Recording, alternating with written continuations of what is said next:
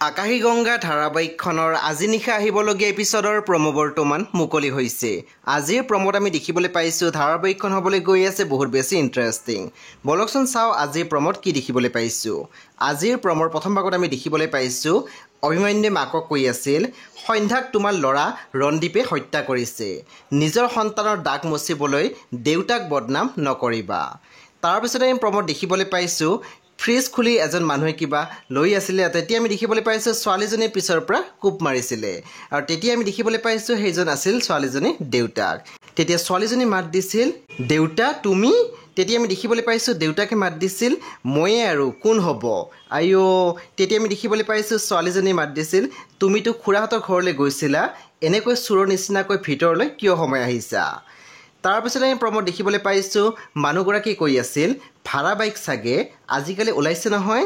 তেতিয়া দেউতাকে মাত দিছিল, মোৰতো তেনেকুৱা লগা নাই, ইমান হাঁহি ধেমালিৰে গৈছে।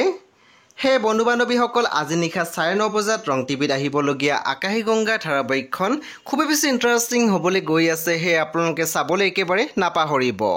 পৰৱৰ্তী আপডেটৰ বাবে আপোনালোকে মোৰ চেনেলটো ছাবস্ক্ৰাইব কৰি কাষত থকা বেল আইকনো টিপি দিবলৈ একেবাৰে নাপাহৰিব আৰু প্লিজ আপোনালোকে মোৰ ভিডিঅ' এটা লাইক কৰি দিব।